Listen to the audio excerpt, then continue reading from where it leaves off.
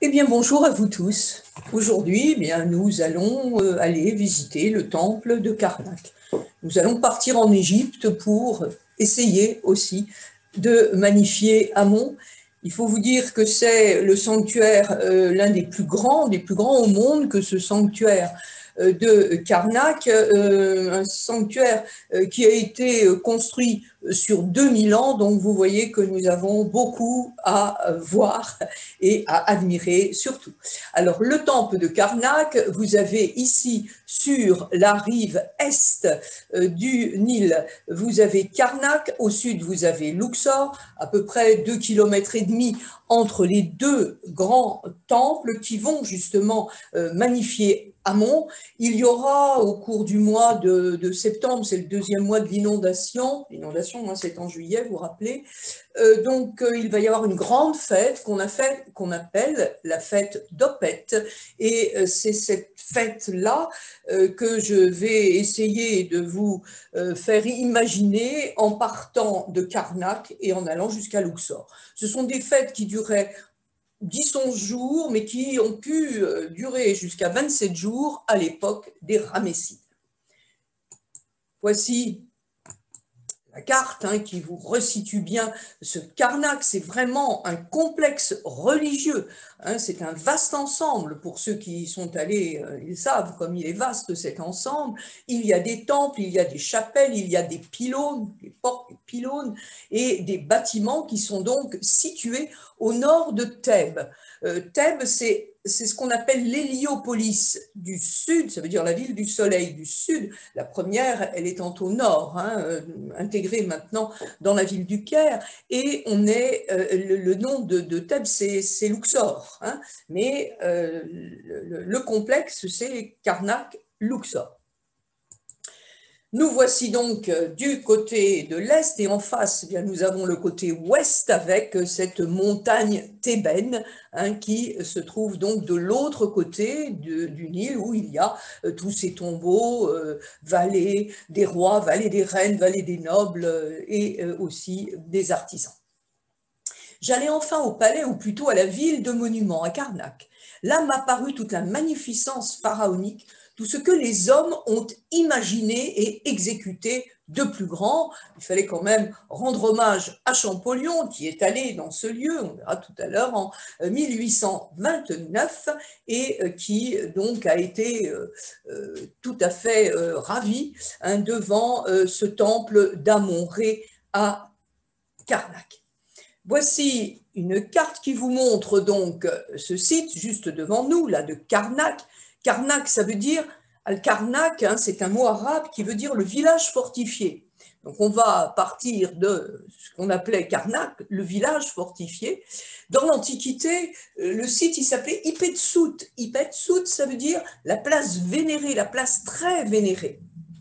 Et nous allons voir comment petit à petit, eh bien, tout ce sanctuaire va être transformé. Je vous emmènerai aussi, parce qu'il n'y a pas que Amon qui est honoré dans ce sanctuaire, il y a Mout, sa femme, et il y a Runsu, son fils. C'est la triade, Amon, Mout, Runsu. Donc nous irons faire un petit tour dans le temple de Mout, et vous voyez où est situé le temple de Mout, vers le sud, là, vous avez le temple de Luxor, donc vous avez Amon, vous avez ici, vous avez Mout, et il y a le temple de Runsu aussi qui se trouve là. De l'autre côté, je vous y emmène aussi, nous irons voir le temple de Montu. Montu, c'est le dieu d'Hermontis, c'est un dieu faucon avec un disque solaire et des plumes.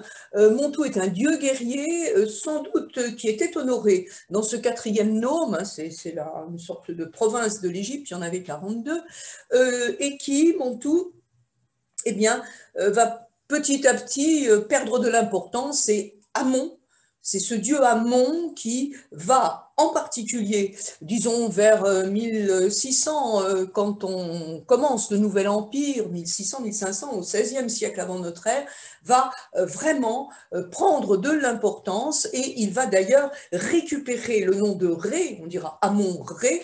Le Ré, c'est le dieu solaire de Héliopolis, dont on a déjà parlé.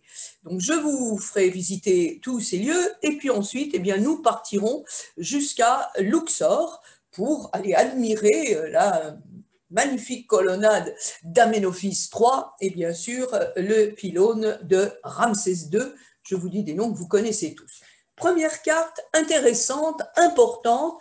On voit sur cette carte que là, vous voyez 17-18, c'est de là, j'allais dire, que tout est venu. C'est là au Moyen Empire, hein, on est deuxième millénaire, le Moyen Empire, qu'on va retrouver des vestiges qui datent de Sésostris Ier, qui a construit ici un temple dédié à Amon. Il y aura ensuite, vous voyez le bleu, vous voyez le vert, vous voyez le rouge, ici des aménagements qui sont là, qui vont agrandir le sanctuaire, en particulier à l'époque de Thoutmôsis III, on ira dans ce lieu pour voir ce qui s'appelle la salle des fêtes Lac Minou, c'est vraiment un lieu où il faut se précipiter quand on arrive à Karnak, tellement c'est raffiné, enfin on va le voir tout à l'heure. Et puis, c'est lui aussi, avec Hatshepsut, qui vont commencer à partir sur ce côté pour aller justement créer les pylônes, le pylône 7, et puis ensuite il y aura 8, 9, 10 qui seront réaménagés plus tard. On va voir par Aménophis II, par Aménophis III, puis après Horemheb qui reprendra. Mais ça, j'en discute après. Ce grand pylône 3 est le pylône d'Aménophis III. Et Aménophis III va récupérer des bâtiments, des petites chapelles remarquables, et il va les mettre comme remblais dans ce pylône. Et quand les découvreurs vont les retrouver, ils n'auront qu'une envie, c'est Henri Chevrier, qu'une envie, c'est de reconstruire les chapelles. C'est pour ça que je vais pouvoir vous montrer la chapelle blanche de Sésostris et la chapelle rouge d'Hatshepsut. Il va y avoir ici Horemheb, c'est celui qu'on retrouve aussi dans les autres pylônes, le 9-10, qui reconstruit ce pylône, le deuxième, et puis le premier qui est le plus près de nous, c'est le pylône premier. Quand on arrive à Karnak, on arrive là. Et ce pylône, il date de l'époque de Nectanebo Ier, 30e dynastie, dernière dynastie, et vous voyez, 341, c'est l'année de sa mort. Donc, on a ici une extension, c'est juste pour vous dire que donc tout part de là, qu'il y aura donc Thoutmôsis même qui va venir là, avec Hatshepsut, pour construire un pylône et un petit temple pour lui. Il va y avoir ici toutes ces colonnes, 134 il y en a, les colonnes de la salle hypostyle, Séti Ier Ramsès. On aura donc Horemheb qui va bloquer par un pylône. Horemheb, il arrive avant Ramsès, il avait là placé un pylône, et puis ici, celui de Nectanebo. De ce côté-là, je vous dis Horemheb, enfin Aménophis II, et ici sans doute Hatshepsut et Thoutmôsis. Donc, importance aussi à voir, c'est que tout complexe religieux possède un lac, une pièce d'eau. Le temple, c'est la maison du Dieu. Il est lié, bien sûr, à la terre sur laquelle il est construit, il est lié au soleil, et l'autre élément important qui est considéré comme l'océan primordial, et tous les temples avaient leur lac sacré, c'est celui qui est là, qui a été construit, aménagé par Thoutmôsis III. Alors on y va, on commence. Ce Nectanebo dont je vous ai parlé du IVe siècle avant notre ère, il va construire une très belle enceinte qui va prolonger le premier pylône, celui de l'arrivée, et on voit que c'est un mur d'enceinte en briques, regardez, qui forme des ondulations en forme de vague. Hein, cette enceinte, elle était percée de 4 portes monumentales. Il y avait 8 portes d'ailleurs qui traversaient ce mur d'enceinte et qui permettaient d'accéder au temple de Karnak. Et on voit que cette disposition particulière de l'enceinte, on pense qu'elle aurait pour but de rappeler le mouvement de l'eau, le mouvement des vagues pendant la crue. Encore une autre, ne soyez pas effrayés, mais c'était pour moi un moyen de vous donner des repères. On a ici, bien sûr, vous reconnaissez le fameux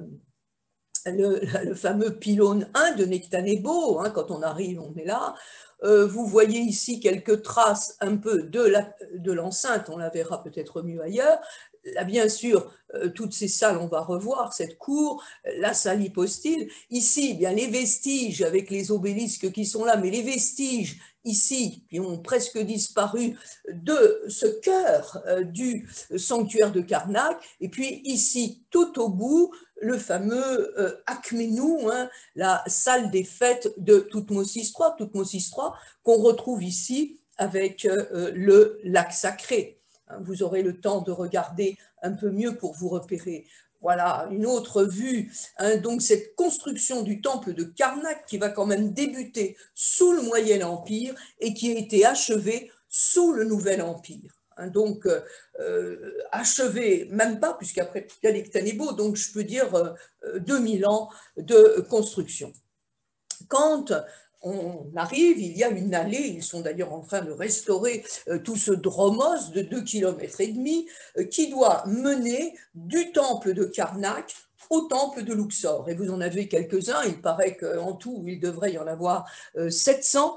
Et on a ici donc cette allée de Sphinx qui a été construite par Aménophis III, mais qui va être complètement réaménagée avec des sphinx justement qui sont cryocéphales, ça veut dire tête de bélier, par Ramsès II, qui se fait là protégé par les sphinx. Hein.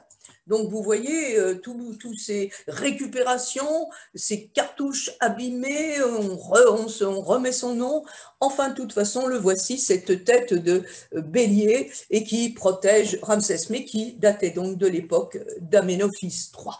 Voici le plus imposant des bâtiments jamais construits à Karnak, hein, ce pylône hein, qui s'élevait, pense-t-on, à 40 mètres de hauteur, avec ici, vous voyez, des encoches où on devait placer des hampes avec des grandes banderoles qui se trouvaient là. Ce pylône, pylos, c'est la porte. Hein. Le pylône, c'est donc des portes, c'est ces entrées de temple. Il n'a jamais porté de décoration, il n'a même jamais été ravalé. Qu'est-ce que l'on racontait symboliquement? On racontait que ces pylônes symbolisaient les berges du Nil et que cette partie centrale là que vous voyez là représentait le Nil. Donc on est dans un monde de terre et d'eau parce que c'est ce qui permet bien sûr la fertilité. Le voici encore, cette porte de Nectanebo, donc porte monumentale, tardive hein, de ce temple qu'on appelle la partie est du temple et qui repose sans doute, pense-t-on, sur des fondations d'une porte plus ancienne. Vous voyez ici, là encore, sur le côté, hein, cette salle hypostyle qui se trouve entre le deuxième et le troisième pylône, et on dit que c'est un gigantesque fourré de papyrus en pierre. Nous allons bien sûr aller y faire un tour tout à l'heure. Mais d'abord, je vous emmène ici dans la cour du Moyen Empire. Hein, vous voyez, Ipetsut Karnak, ça veut dire la place très vénérée. Place très vénérée que déjà Sésostris avait vénérée.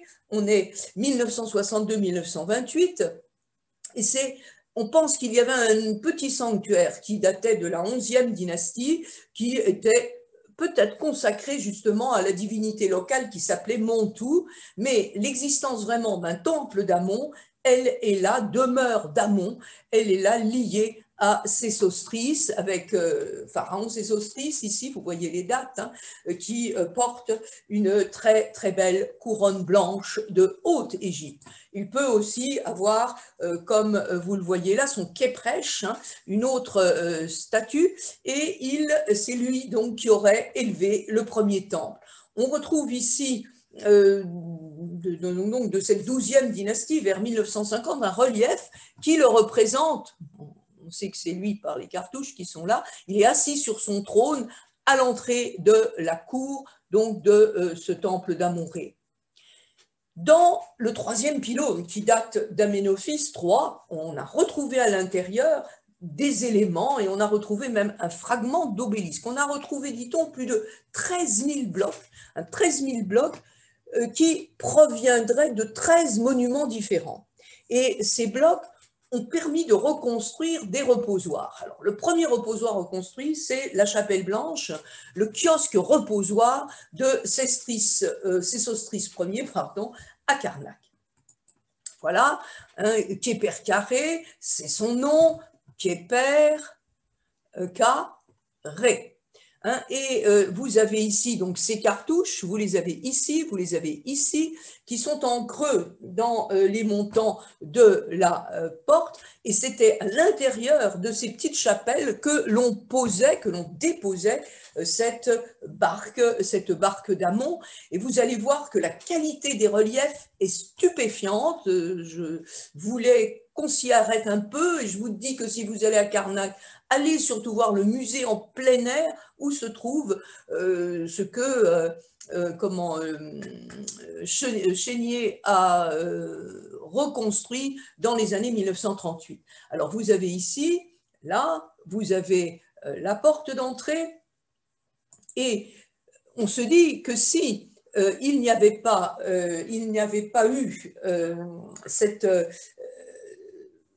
cette captation de par Aménophis III des chapelles qui étaient là, qui sans doute le dérangeaient, eh bien, elles n'auraient jamais pu être aussi bien conservées que comme on les a retrouvées. Alors, on a ici toujours le fameux Képer, le Ka et Ré.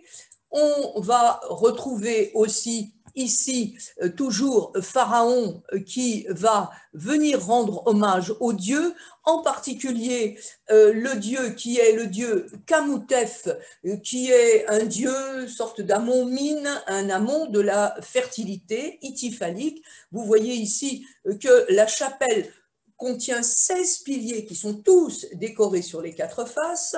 Là encore, beauté des scènes où vous allez retrouver, je vais vous le montrer ici, le dieu Montou qui donne ce symbole de vie, de l'ancre, la croix de vie ici à Pharaon, Sésostris.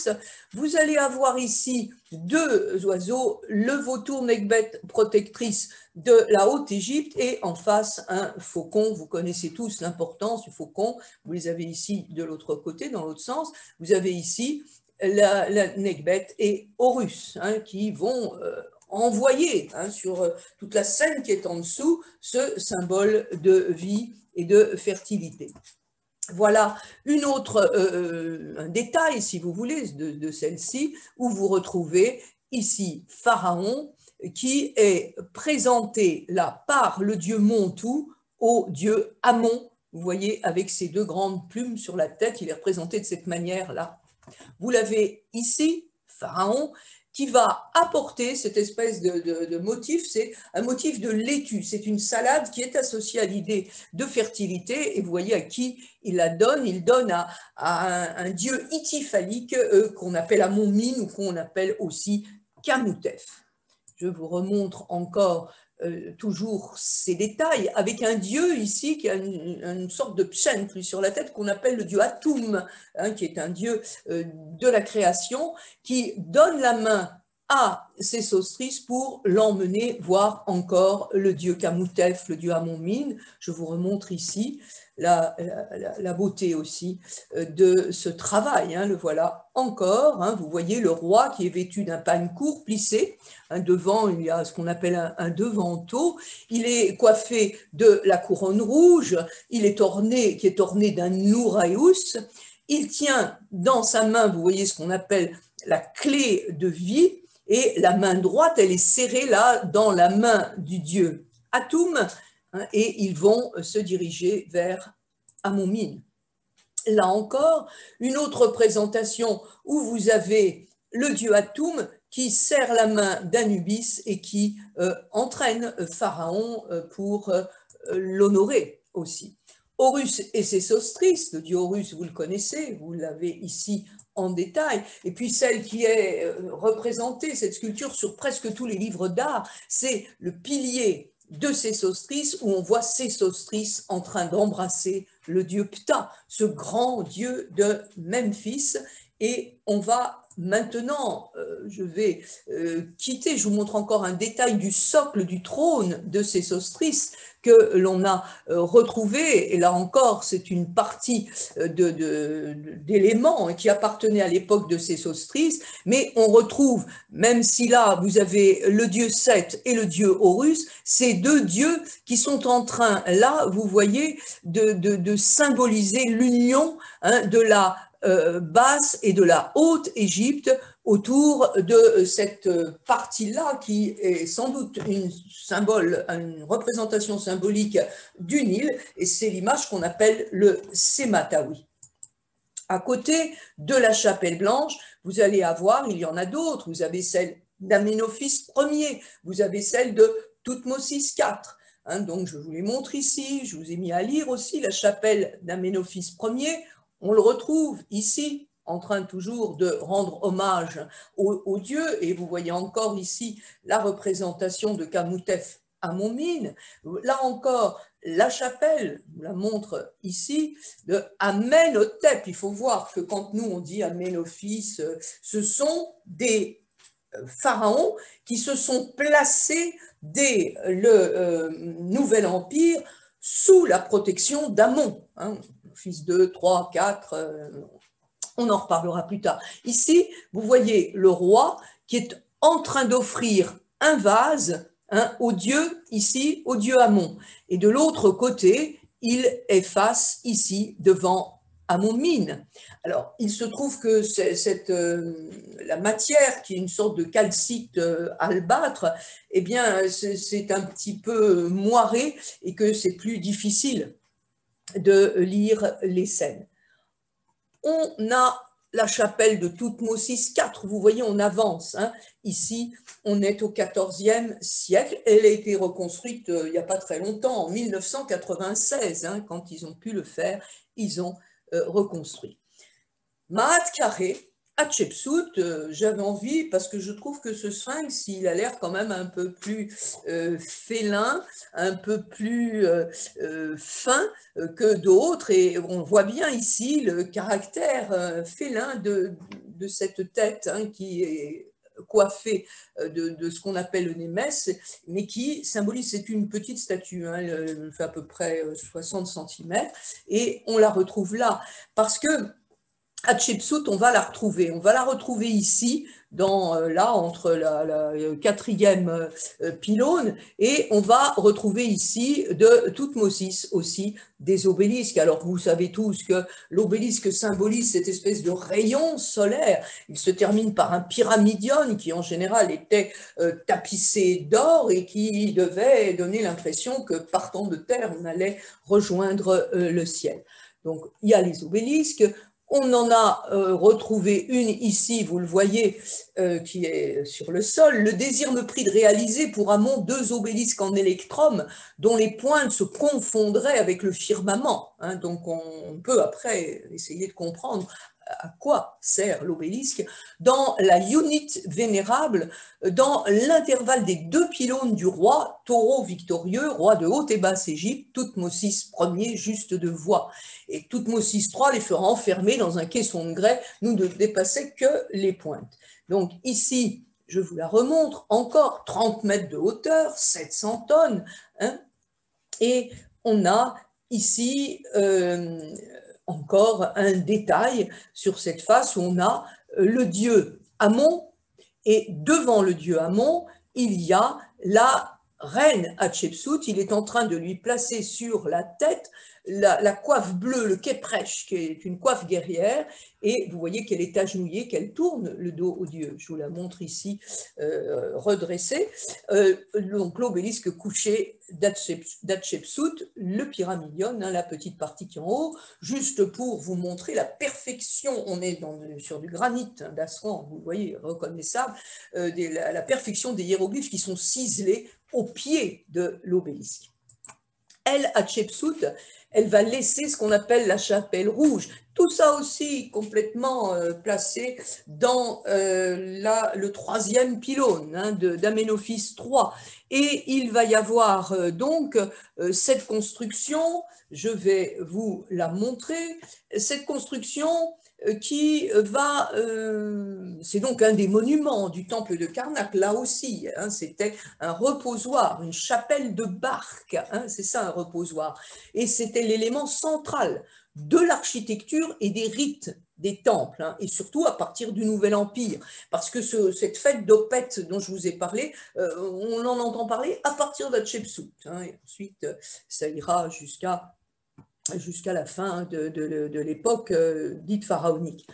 On va voir également, je vous le montre ici, elle a donc été, comme je voulais dire, employée en grande partie comme bourrage dans le pylône que construisit quelques années plus tard Amenhotep III, et sur ces murs, nous allons voir justement une représentation de cette fête d'Opet. On a ici les soubassements des murs extérieurs, où on a procession de femmes mais d'hommes, mais vous voyez, c'est des hommes androgynes. Vous le connaissez tous, c'est celui qu'on appelle Hapi, le dieu Nil, qui est symbole de prospérité. C'est la fertilité du Nil, c'est le dieu Hapi. Mais quand on regarde les bas-reliefs, on la retrouve, Hatshepsut, toujours représentée d'une façon masculine, parce que la légitimité du rôle de pharaon, elle passait par ce côté masculin.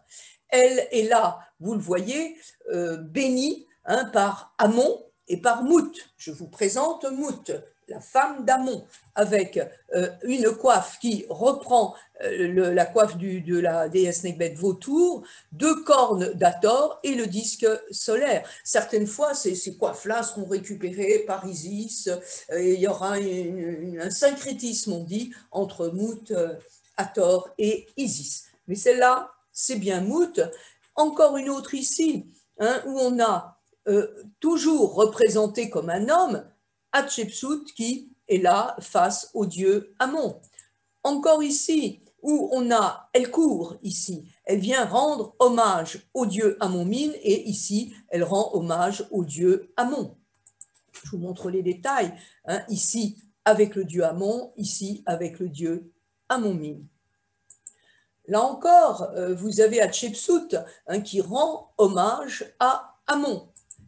On la retrouve là encore. On a Hatshepsut qui brûle de l'encens devant Amon-Min. Et là encore, elle embrasse, elle est là, elle embrasse Amon-Min. De cette manière, elle accomplit une sorte de rituel de protection. Hatshepsut présente une boisson. Souvent dans ces vases, nous, on dit que les pharaons présentaient du vin ici, au dieu, vous le reconnaissez maintenant, c'est le dieu Montou, avec la tête de faucon, le soleil et les deux plumes. Là encore, on a ensuite, la chapelle n'a pas été terminée, Thoutmôsis III, qui a été corrigeant avec Hatshepsut, va lui aussi être intégré. Puis ensuite, on dit que peut-être même Thoutmôsis III a fait déjà démolir la chapelle rouge, puisqu'il voulait faire disparaître tout ce qui appartenait à Hatshepsut. Mais on le voit ici, là c'est Thoutmôsis III qui présente deux vases d'offrande à Amon.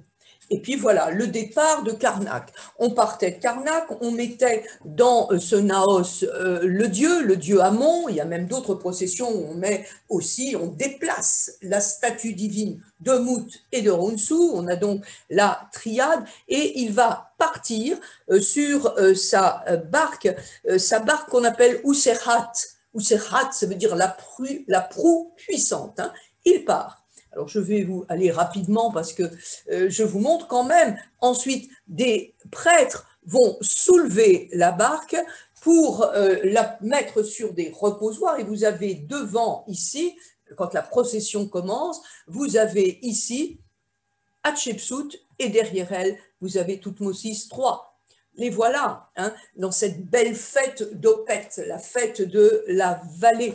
On a le transport de la barque sacrée d'Amon qui contient dans le tabernacle l'image du dieu, la sculpture du dieu. Et à cette occasion, Amon se rendait sur Luxor, mais on le mettait d'abord sur le Nil et il devait s'arrêter aux différents temples du culte royal pour rendre hommage au roi qui était donc enterré hein, dans la partie occidentale.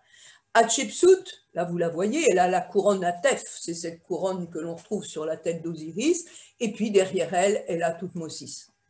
Là encore, on a, ici c'est Thoutmôsis qui est en train d'encenser la barque. C'est toute une cérémonie qui fait que ce dieu Min qui se déplace de Karnak, il va se transformer lorsqu'il arrive à Luxor en dieu Amon-Min, ce dieu de la fertilité. Et on ne sait pas ce qui se passe dans le Saint des Saints, mais on pense que dans le Saint des Saints, eh bien, le pharaon, par des rituels, peut-être ouverture de la bouche, enfin des rituels, puisqu'on ne sait pas exactement ce qui s'y passait, récupérait cette force d'Amon-Min.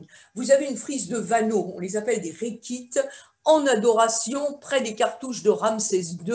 Hein, tout ça, ça a été remanié ici, vous les avez ici, mais là, ils existent, ces rékites, je voulais vous les montrer. Ils symbolisent hein, la dévotion du peuple d'Égypte à Amon.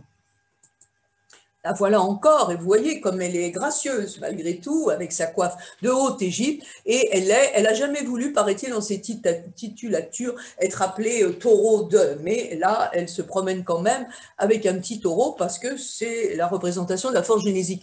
Alors, quand on dit procession religieuse, et surtout à cette époque-là, c'était des fêtes, vraiment des grandes fêtes, 10 jours, 11 jours, jusqu'à 27 jours, presque un mois, et vous avez là, sur ce motif, la chapelle rouge, vous avez un joueur de harpe, vous avez des jeunes femmes qui sont en train de jouer du sistre, d'autres en train de danser, d'autres en train de chanter. Vous voyez que la foule des fidèles hein, se réjouissait vraiment de la venue du Dieu et participait à la célébration.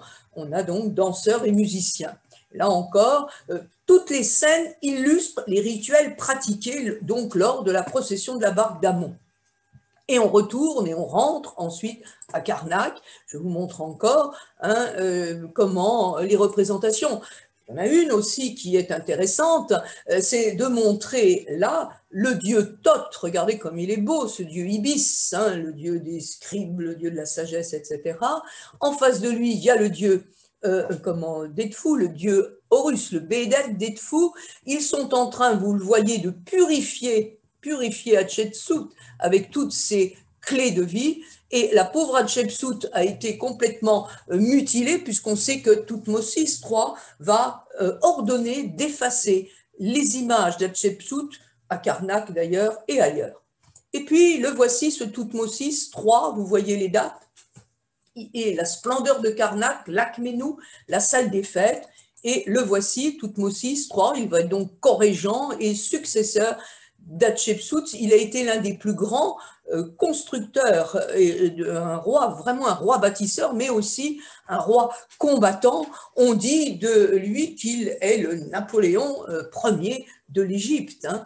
Et il va, vous le voyez, il repousse les Hittites à Kadès, enfin 2 fois les Hittites, mais lui il va déjà les repousser, déjà une fois à Kadesh. Ici, il va y avoir une très grande bataille en 1458 à Megiddo. Il traversera l'Euphrate. Hein, il y a 17 campagnes qui seront menées dans cette région. Et pourquoi je vous dis ça? C'est parce que tout à l'heure, vous allez voir que tout ce qu'il a pu retrouver comme faune, comme flore, et qu'il a pu sans doute rapporter en Égypte, il a voulu les sculpter sur son Akhénou, sa salle dite des fêtes. Dans l'avant-cour, au-delà du 6e pylône, il y a ces 2 piliers hiéraldiques qui sont en granit rose. Ils ont été érigés aussi par Thoutmose III en avant du sanctuaire de la Barque que lui aussi va faire bâtir. Alors, que signifie la décoration? Vous avez tout compris. Ça, c'est la décoration de la Haute-Égypte et c'est là le papyrus de la Basse-Égypte, hein, qui sont tous les deux unis hein, devant le dieu d'empire qu'est Amon. Alors, je vous les remontre là pour le plaisir. On sait que ces piliers qui étaient donc érigés devant le palais de Maat, c'était la déesse de la justice, ils supportaient donc le plafond d'un vestibule qui datait de Thoutmose III. On va voir également là, dans des chapelles hein, qui sont au sud du 6e pylône, eh bien, des annales, ce qu'on appelle le mur des annales de Thoutmose III. Il avait plus ou moins tenu une sorte de journal quotidien et ce journal eh bien, nous permet de connaître par ce que le roi a fait graver sur les parois de ce temple d'Amon-Ré, eh bien, toutes ces campagnes. Et nous allons aller ici tout à fait au fond hein, de ce Saint des Saints. À l'est, derrière cette salle des fêtes, l'Akhénou, se trouve le jardin botanique aux superbes représentations apparaissant sur des blocs de pierre parsemés. Les plantes et les animaux représentés sont ceux découverts en Asie par l'armée de Pharaon. Nous allons avoir ici donc l'Akhénou, la vue générale de cet Akhénou, et derrière la zone donc du Moyen Empire, eh bien, se trouve cette extension bâtie par Thoutmose III et que l'on appelle la salle des fêtes, hein, et où il y avait sans doute des cérémonies de jubilé du roi, hein, qui renouvelaient, si vous voulez, les fêtes du couronnement. Donc on a ici Menkhéperrê est brillant de monuments, ça veut dire lui est brillant de monuments. Hein, il avait donc ici, on se retrouve avec l'entrée dans ce qui reste de l'Akhénou, avec la salle hypostyle de l'Akhénou. Hein, on a ici toute une série, il y en a 34 piliers carrés et puis tout un entrecolonnement. Vous en avez ici où il reste encore quelques couleurs. Les colonnes ont un type particulier, vous voyez, il y a des carrés qui séparent le chapiteau de l'architrave. Et puis, là encore, on a là ce dernier qui est peint. Vous voyez, il y a du bleu. On ne le voit pas bien, mais de temps en temps, il y a aussi des étoiles. C'est constellé d'étoiles.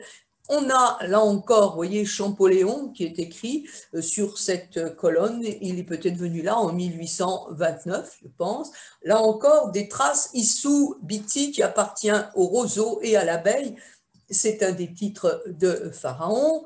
Là encore, je vous montre un petit peu l'état des lieux. Un faucon, regardez ces couleurs de bleu et turquoise qui nous réjouissent. Et puis là, on peut ressortir de ce côté-là. Mais c'est pour vous dire que normalement, donc, il y a l'antichambre, hein, avec les 32 piliers qui sont placés là et là. Et puis ici, au milieu, vous avez donc ces colonnes, il y a 10 colonnes que je viens de vous montrer.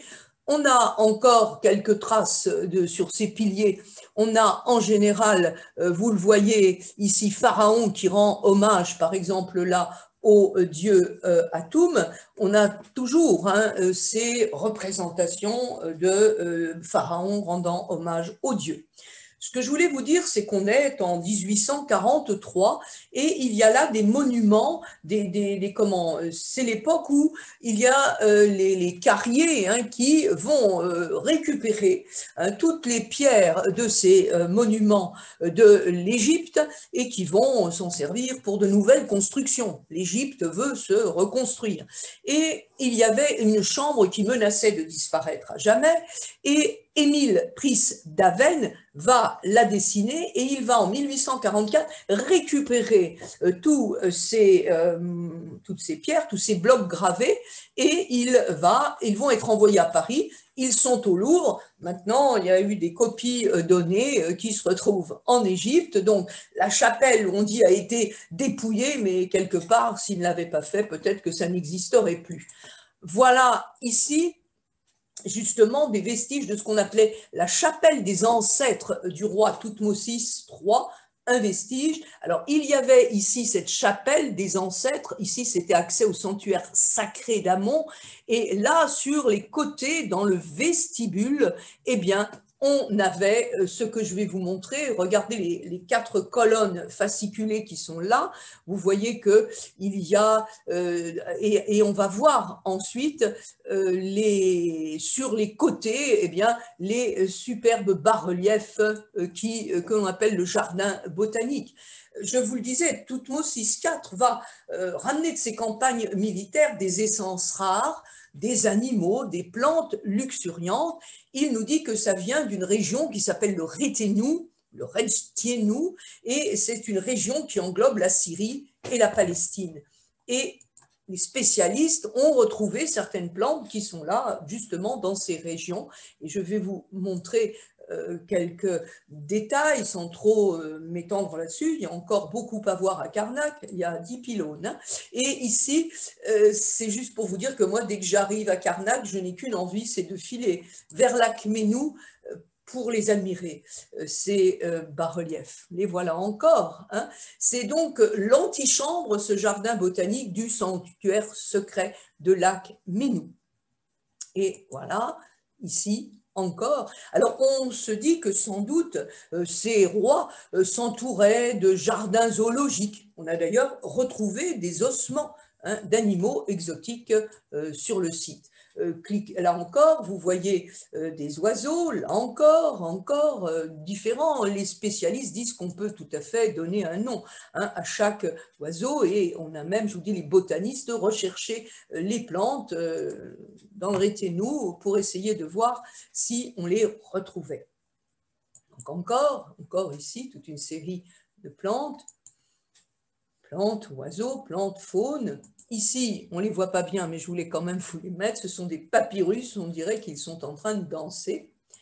Et puis là, parce que ça aussi, ça m'avait tout à fait étonné la première fois que je suis allée en Égypte, c'est ici, vous aviez la triade thébaine. La triade thébaine.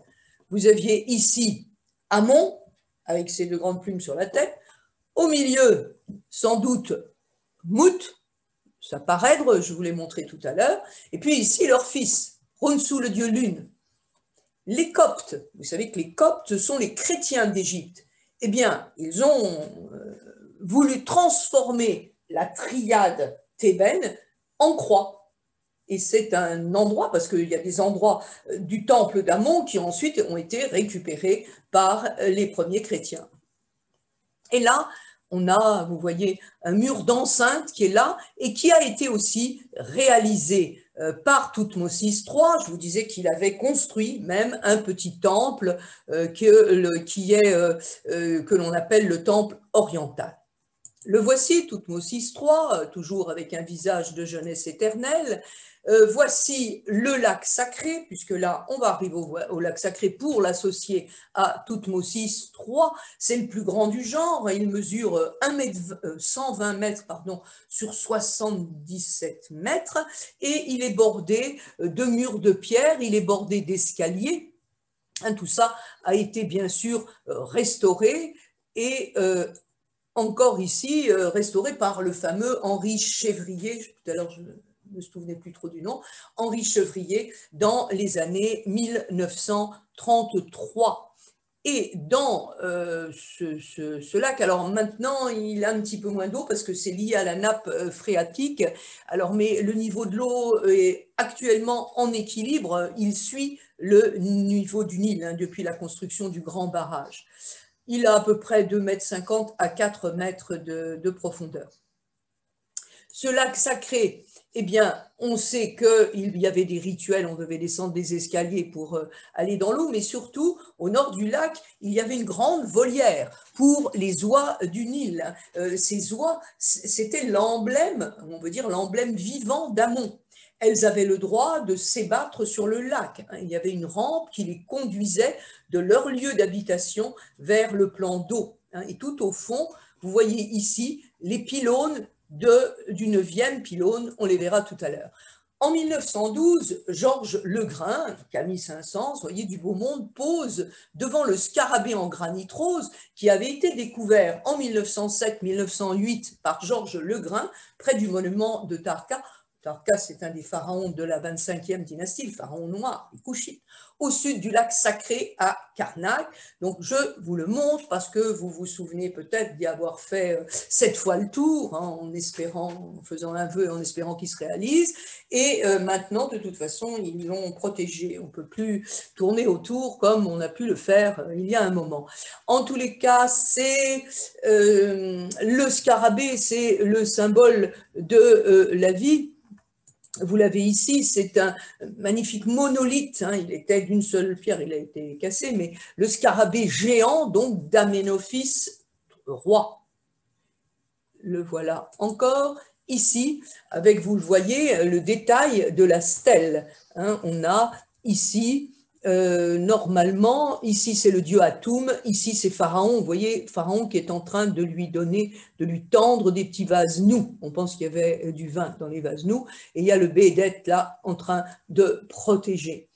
Képer, c'est celui qui vient, c'est le soleil levant. Hein, c'est cette première manifestation du soleil, et vous en avez ici une vision.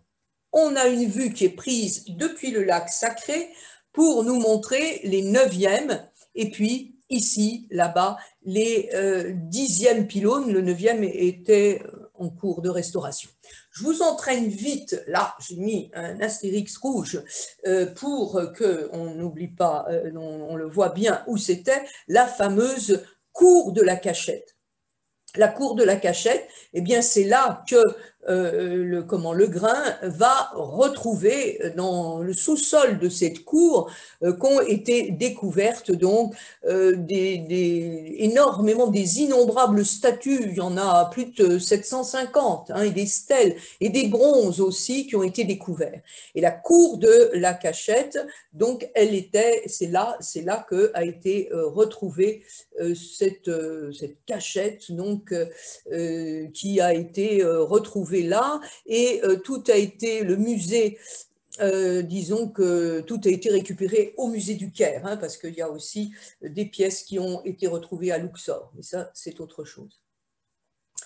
On a ici donc le 7e pylône. Il a été édifié, ce 7e pylône, je vous le disais tout à l'heure, par Thoutmôsis III, et on va voir comment il se représente. Eh bien, il se représente tuant les Cananéens captifs à la bataille de Megiddo, je vous l'ai montré tout à l'heure, en 1458. Donc Thoutmôsis III massacrant ses ennemis, des Ramsès aussi massacrant ses ennemis, nous en verrons beaucoup. Hein, c'est ce relief sur le 7e pylône de Karnak. Hein, et il va faire aussi dresser les longues listes des lieux qu'il a soumis. Et quand on avance vers le 8e pylône, ce côté est relativement simple, mais on sait derrière, attendez, il faut que j'arrive, voilà, et derrière, on sait qu'il y a une statue qui est représentée au nom d'Aménophis II.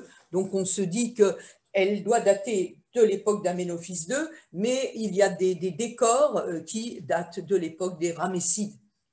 Voici les 9e, les 10e pylônes. On va revenir, voilà le 10e pylône, le 9e et le 10e ont été édifiés par le roi, le pharaon Horemheb à la fin de la 18e dynastie. Les temples de Karnak, donc on a un peu vu une petite idée, mais on n'a pas terminé parce qu'on reviendra par là après. On va aller faire un tour, voir un peu Mout. Alors si je vous montre ici le temple là, c'est celui qu'on va voir, on va aller vers le temple de Mout et ensuite on ira vers le temple de Runsu. Voici une vue générale du complexe de Karnak et on prend cette voie et on va aller ici. Vous allez voir que le petit lac, il a une forme de lune. Je vous montre ici, donc on avance, voici là le dromos qui mène ici du temple de Mout, une vue aérienne, je le remontre ici, il s'appelle l'Ichérou, et puis on se retrouve encore sur le dromos avec, qui est en cours de réfection, avec des sphinx à tête de bélier. On se retrouve avec un dieu Hapi à l'entrée du temple de Mout, hein, c'est ce dieu androgyne qui symbolise la fertilité du Nil. Voilà ici quelques vues. On a là des colonnes qui portent des noms d'Hatshepsut et de Toutmosis III. On se retrouve, comme tout à l'heure, avec des grands constructeurs. C'est là que nous allons avoir toutes ces statues de la fameuse Sekhmet, hein, dans ce temple de Mout.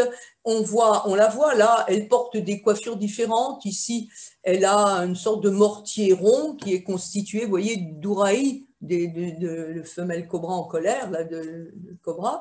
On l'a ici, vous voyez, avec le disque solaire, la Sekhmet.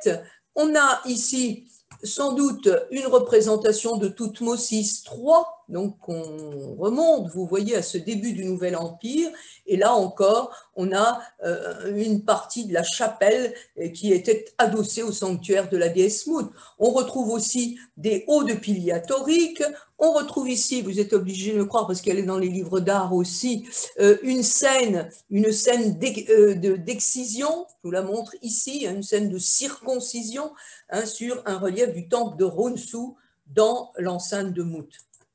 Et puis, on a ici la vue du lac sacré, je vous ai dit, avec cette forme en croissant, tout à fait originale. Là encore, on va saluer la déesse Mout, on va saluer ici, vous savez que les babouins qui symbolisaient aussi le dieu Thoth, mais symbolisaient le soleil levant, hein, donc on en a ici 4 de ce temple-là. Je vous en montre ici, il y avait beaucoup de statues, donc on en a récupéré, il y en a dans les musées, je vous en montre encore ici. Et puis surtout, je voulais vous donner un avant-goût de Noël en vous présentant cette photo du musée de Turin. Hein. À Turin, ils ont récupéré de nombreuses statues de la déesse Mout. Et on continue. On va aller maintenant voir un petit peu ce temple de Runsu ici, qui est le fils. Le fils, voilà donc le père et la mère, c'est-à-dire la déesse Mout et le dieu Amon. Voici, je vous disais qu'en général, elle est coiffée d'une couronne blanche qui est au-dessus, oui, d'un vautour.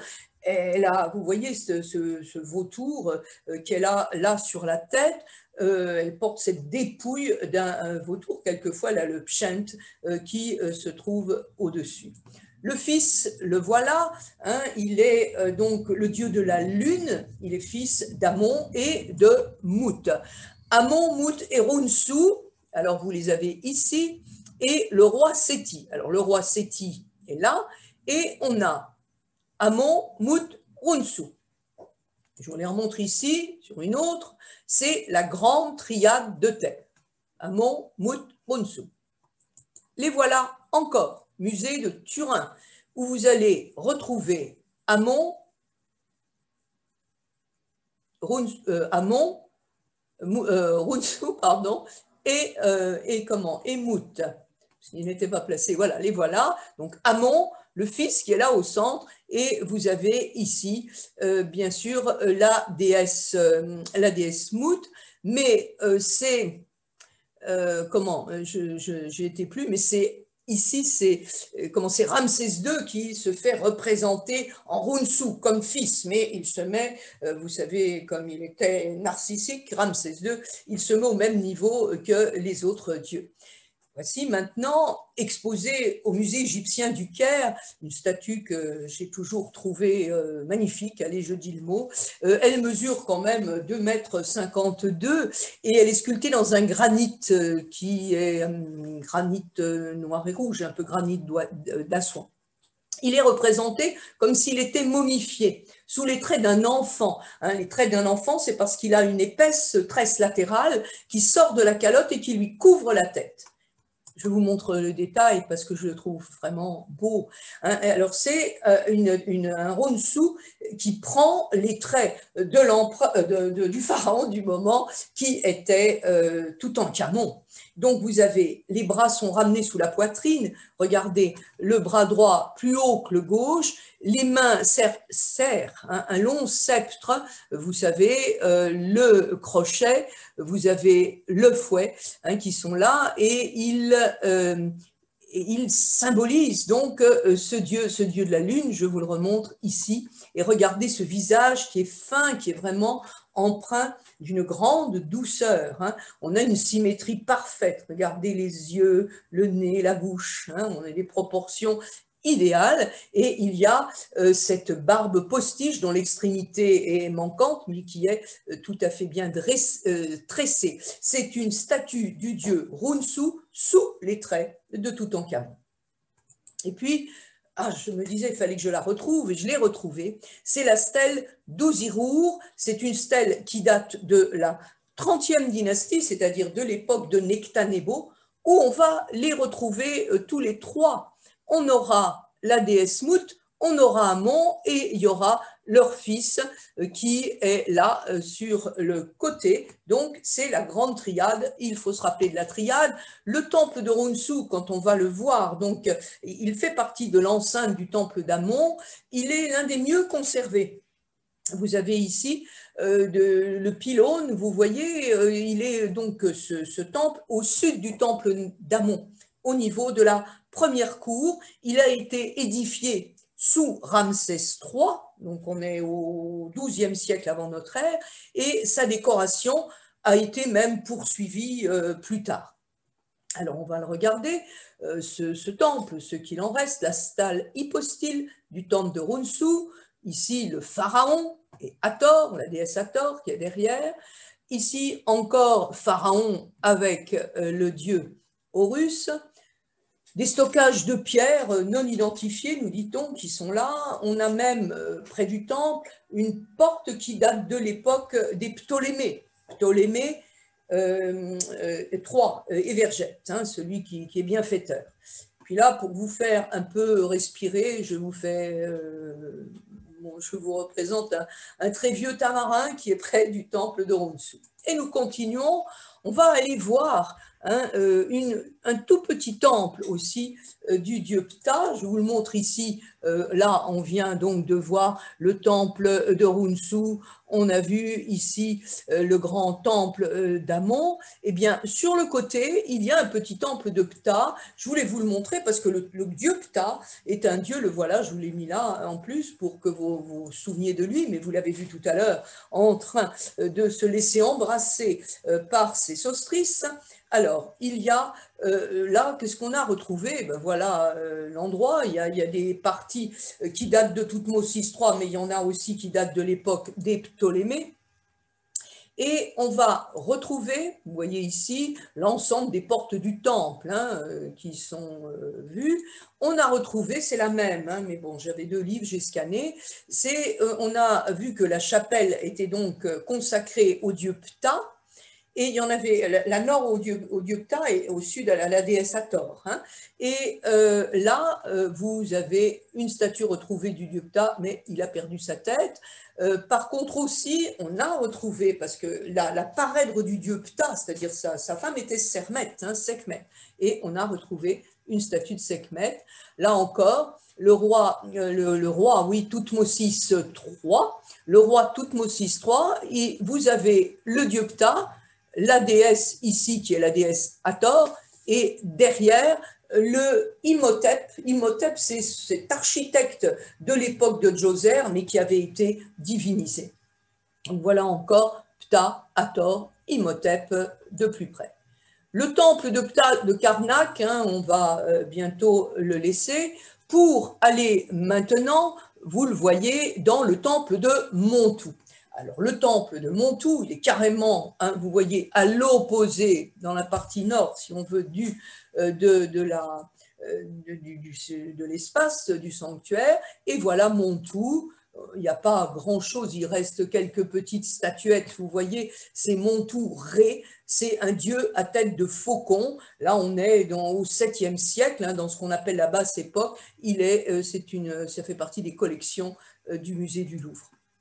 Et puis, le domaine de Montu, dans le domaine de Montu, le monument le plus célèbre, c'est cette grande porte ptolémaïque qui était engagée dans une enceinte, oui, qui était de briques crues, et bien sûr elle a résisté parce qu'elle était plus en granit, hein. Donc voilà, il y avait de là une allée de sphinx qui paraît-il, mais tout a été complètement dégradé. Voilà encore les photos. Et puis maintenant je vais vous emmener, parce que ça c'est très très important, au 9e pylône. Je vous ai mis ici l'astérix. Et on va aller visiter le 9e pylône, c'est celui-là, parce que là aussi, figurez-vous, que quand ils ont fait des fouilles, eh bien, ils ont retrouvé des objets tout à fait intéressants, parce que les pierres avaient été réutilisées dans les fondations d'édifices postérieurs. Je vous ai dit que c'était Horemheb, celui qui va après succéder au fameux Aménophis IV, Akhénaton, et qui va détruire tout un temple que Akhénaton, dès la 4e année de son règne, avait fait construire pour honorer Aton, le disque solaire, et toutes ces constructions, elles vont se retrouver à l'intérieur du 9e pylône. Elles ont été recensées dans des bases de données parce que l'objectif archéologique, eh bien, a été de pouvoir rassembler entre elles les pierres pour retrouver les anciens murs des temples d'Aton. Alors je vous montre ça, donc on est là dans cette ambiance et on pense que à l'est de Karnak, face au soleil, c'est là que le pharaon avait sans doute édifié le temple du soleil, pas loin du temple sacré, mais disons à l'extérieur de l'enceinte d'Amon, donc en dehors de l'enceinte d'Amon-Ré, à l'est. Et le temple principal, si vous vous rappelez, s'appelait le Gempathen ou le Gempaton, ça veut dire Aton est retrouvé. Alors cet Aton est retrouvé, ben, effectivement, il a été retrouvé, voilà un plan schématique d'un des temples d'Aton de Karnak. Vous savez que les grandes questions, c'est de se demander s'il y avait une toiture ou pas, ou si carrément le soleil arrivait directement dans les temples. Et voici ce qu'on appelle donc les talatat. On a retrouvé presque 10 000 talatat, qui sont des sortes de briques en grès et qui sont décorées de reliefs peints. Alors, c'était des pierres en grès qui mesuraient une coudée. Une coudée, ça fait 52 cm. Et elles étaient larges d'une demi-coudée, 26 cm. Alors on s'est demandé pourquoi ce format. Eh bien ce format avait été adopté à l'époque d'Akhénaton parce qu'il permettait à un homme de transporter ses pierres sans trop de fatigue. Et ça a permis sans doute de construire très rapidement ce temple pour Aton. Vous savez qu'ensuite, Akhénaton partira à Akhétaton, tel est la Marna, pour construire sa ville, un nouveau sanctuaire pour Aton. Et voilà, regardez tout ce qui a été retrouvé. Et quand on va au musée de Luxor, on a les murs de Talatat retrouvés à Karnak. Voilà des détails. Vous voyez, je vous montre ces pierres-là qui faisaient 52 cm sur 26 cm parce qu'un homme pouvait sans trop de fatigue les transporter. Voici Roger Vernieux, Roger Vernieux qui va avoir l'idée d'informatiser, alors je vous mets, c'est Roger ou Robert, Robert Vernieux, ça doit être Robert, et Michel Gondran, Aménophis IV et les pierres du soleil, donc Akhénaton retrouvé. si ça vous intéresse. Voilà un peu. On va assembler les thalatates. Elles ont été recensées dans des bases de données. Vous voyez que les techniques nouvelles permettent d'avancer un petit peu. Et l'objectif archéologique est de pouvoir rassembler entre elles les pierres pour retrouver les anciens murs du temple d'Aton. Je vous montre ici, par exemple, l'image de magasin, d'atelier où on a le travail quotidien des ouvriers. On va ici, encore, vous voyez ce visage, hein, ce style amarnien Akhenaton en train là de tordre le cou d'une pauvre oie. Et puis, on a retrouvé, vous voyez, on a décrit, on a pu retrouver hein, le nouveau rituel d'Aménophis IV. Le pharaon, suivi de la reine à la fenêtre d'apparition, présente le soleil, hein, son nouveau cartouche. Il présente au soleil son nouveau cartouche. Voici encore, et c'est bien le visage, hein, les têtes dites de Akhenaton. Là encore, vous avez d'un côté Akhenaton, de l'autre côté la belle Néfertiti, qui sont en train de rendre un culte au soleil. Je vous les montre ici de plus près. Le voici, Akhenaton. Un jour, il y aura l'occasion de vous en parler, de ne parler que de lui et de parler de Néfertiti, mais je voulais terminer dans cette volonté de réforme. Il est passé quand même, et ben, grâce à Horemheb qui a tout récupéré dans le 9e pylône, on peut voir ce qu'il avait voulu représenter. Karnak-Luxor, donc je suis à Karnak et je vais partir à Luxor, comme je vous l'ai expliqué. Ces sphinx donc sont à tête de bélier, ils symbolisent le dieu Amon. Et je vous l'ai dit, là c'est une petite effigie de Ramsès II qui avait récupéré ces sphinx qui dataient au départ de l'époque d'Aménophis III. Et nous voici donc à Karnak pour voir un peu ce premier pylône qui a donc été construit par Nectanebo. Vous avez ici, quand on est à Karnak, comme on ne sait pas bien comment étaient construits les murs, etc., vous avez l'arrière du premier pylône, hein, où vous avez les restes de la rampe qui avait été bâtie pour construire le pylône. Hein. Donc, je vous montre ces restes-là. On arrive dans un endroit qu'on nous dit être le kiosque de Taharqa. C'est un kiosque qui se trouve au centre de cette vaste cour. Et il y a un sanctuaire de Séti à côté et puis un temple pour Ramsès II. Je vais assez rapidement, voilà donc l'arrière, la cour. Voilà la statue de Ramsès II récupérée ensuite par Pinedjem, et vous avez Ramsès II, bien sûr ça s'appelle une perspective hiérarchie, avec sa petite femme ici, ou sa fille qui là en bas à ses genoux, sous ses genoux.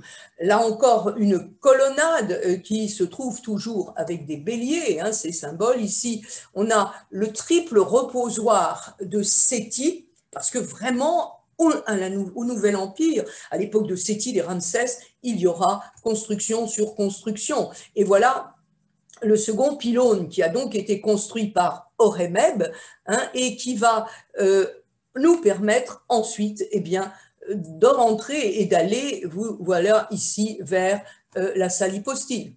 Voilà ici donc le second pylône, et vous voyez derrière la salle hypostyle. Voilà, j'ai trouvé sur Internet cette image pour vous donner une idée hein, de ce que pouvait être cette salle hypostyle avec toutes les peintures qui existaient. Donc 134 colonnes, je vous le disais tout à l'heure, les 12 plus grandes au centre, elles mesurent 21 mètres de haut et elles supportaient hein, la partie centrale de la structure. Donc on va se promener ici, je dis un petit coucou à Toutankhamon hein, qui se trouve ici, qui est là et qui nous fait rentrer, vous le voyez, avec toutes ces, comment ces ouvertures. Hein. Vous avez ici le nom de Ramsès qui est écrit, donc c'est Séti et Ramsès qui se sont occupés de construire avec des claustras, comme vous voyez derrière, cette salle hypostyle. Cette salle hypostyle, elle mesure 102 mètres de large sur 53 mètres de long. Et on dit qu'on peut, à l'intérieur, je n'ai pas essayé, y loger, y placer Notre-Dame de Paris. On continue, voilà encore des vestiges de ces bas-reliefs peints, en voilà d'autres là, et on va parler un peu de cet Amenhotep, le roi bâtisseur.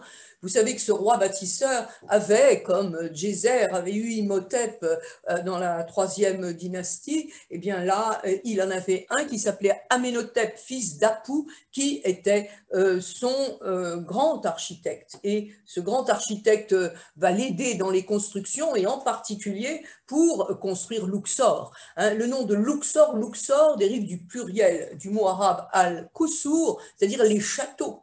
C'est un peu comme Karnak, fortifié. Mais ce sont les synonymes donc des ruines qui sont placées là. Je n'ai pas fait une faute synonyme, je ne sais plus.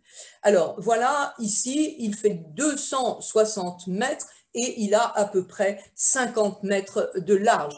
Vous savez qu'il va y avoir... Il est de dimension plus modeste que celui de Karnak. Il y a toute une partie ici qui date de l'époque de Ramsès II. Cette partie-là, tout ce qui reste là, et c'était de l'époque de Aménophis III. Alors on y va dans le temple et l'allée des Sphinx, donc qui sur 2,5 km, 3 km, rejoignait Karnak. Donc on arrive, voilà le plan du temple, je vous montre ici les constructions d'Aménophis et puis ici la cour de Ramsès. Voici le temple d'Amon à Luxor, qu'on appelait aussi l'Opet du Sud. Luxor, c'est Thèbes, le nom de Thèbes qui lui est donné maintenant. Elle est donc située au cœur de l'ancienne Thèbes. C'est un temple qui a été construit, vous l'avez compris, sous les 18e avec Aménophis III et 19e avec Ramsès II. Voilà ici encore une photo de cette ambiance, le dromos en sortie du temple de Luxor. Alors, je vous montre ça, c'est pour vous faire un peu rentrer dans la vie actuelle. Il y a énormément de travaux de dégagement parce que l'idée des Égyptiens, c'est de reconstruire le dromos. Je trouve que ça fera un peu trop touristique, mais vous savez, moi j'ai des goûts à l'ancienne, je ne suis plus du tout dans le coup. En tous les cas, ils ont construit ici une bibliothèque sur le modèle façon de parler, mais disons qu'ils ont voulu placer là une bibliothèque, elle est quand même plus petite que celle d'Alexandrie, mais vous la voyez ici, qui a été inaugurée en 2007, cette bibliothèque. 5 ans après celle d'Alexandrie. Alors, le dégagement du dromos qui va entraîner la destruction d'anciennes maisons. Alors, il y en a qui n'étaient pas contents, et en particulier les Français, parce que cette petite maison-là, figurez-vous que c'était la maison de Georges Legrain, ce monsieur qui a découvert en 1907-1908 le scarabée, et puis la fameuse cour de la Cachette. Alors ça ne plaisait pas du tout. Voilà la bifurcation donc de l'allée des Sphinx près du temple de Mout. Là, ce sont, disons, des Sphinx reconstitués. On est à l'effigie de Nectanebo, mais on pense que, à l'époque d'Aménophis III, il y avait des sphinx comme ça, à tête humaine. En tous les cas, encore de bélier, Ramsès II est passé par là, et vous avez donc cette allée des sphinx, qui relie, vous voyez, à la porte de Ptolémée III et Vergette, que je vous ai montré de l'autre côté tout à l'heure. Et voilà les travaux devant l'entrée du temple, ils n'arrêtent pas de faire des travaux, mais nous voici donc ces sphinx à tête du roi Nectanebo qui ont remplacé les têtes de bélier de Ramsès. Et on en a ici toute une série, quand on arrive à Luxor, de ces têtes donc, qui sont humaines. Le grand pylône de Ramsès II, qui constitue la façade du temple, qui mesure 65 mètres de largeur, 24 mètres de hauteur. Alors, il paraît qu'à l'origine, tout était recouvert d'un enduit blanc, orné de plaques de métaux précieux, puis d'un décor qui était peint de couleurs vives. Mais ce temple-là, il est dédié aussi à Amon, Mout et Honsu, et il est relié, comme je vous l'ai dit, à Karnak. Alors voilà les représentations un petit peu kitsch, je vous les propose, mais c'est juste pour vous dire que quand on voit les trous qui sont dans les pylônes, eh bien ce sont pour placer des mâts à oriflamme. On a ici Ramsès II, le colosse de Ramsès II, quand on arrive. Sur le côté, il y a ce très très beau Sémataoui qui nous présente les deux ici dieux Hapi qui sont en train de serrer les liens de la Basse-Égypte, de la Haute-Égypte, le long du cours du Nil. C'est un très beau Sématawi, je vous le montre ici, hein, qui sont là. Le voilà encore, la tête de Ramsès II posée au sol. Quand on rentre à l'intérieur, on voit qu'il y a une chapelle reposoire de la reine Hatshepsut, donc relativement, c'est peut-être la construction la plus ancienne. On est là, il y a la mosquée, vous savez, qui a été complètement intégrée dans le site, la mosquée d'Abou El Agag, qui se trouve là, mais qui se trouvait à 7 mètres au-dessus du niveau de base du temple de Luxor, hein, quand elle a été construite. Elle a été construite au XIIIe siècle, la mosquée d'Abou El Agag. Regardez ici, ça c'est un de ses premiers minarets du XIe siècle et XIIIe siècle, il y a cette partie-là construite.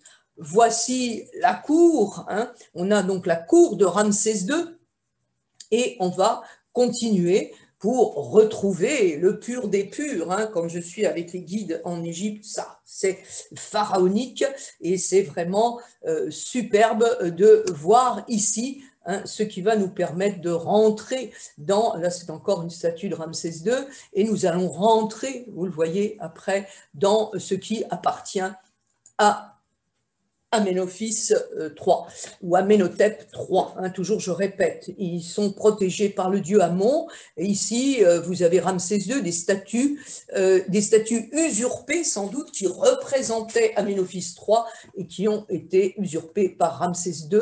La colonnade d'Aménophis III, vous voyez, des colonnes toutes simples, mais elles étaient peintes. Je vous montre ici les petites représentations que j'ai pu trouver. Vous avez ici une procession qui représente les 17 premiers princes royaux. Vous savez qu'il avait plus de 100 enfants, alors bon, et c'est le 12e, hein, Meremta, qui va lui succéder, mais bon, je vous montre ici la procession inaugurale du temple, hein, des bœufs gras, et bien gras celui-là, conduit pour le sacrifice. Encore ici, Ramsès II et Néfertari, l'épouse royale, la préférée, la favorite.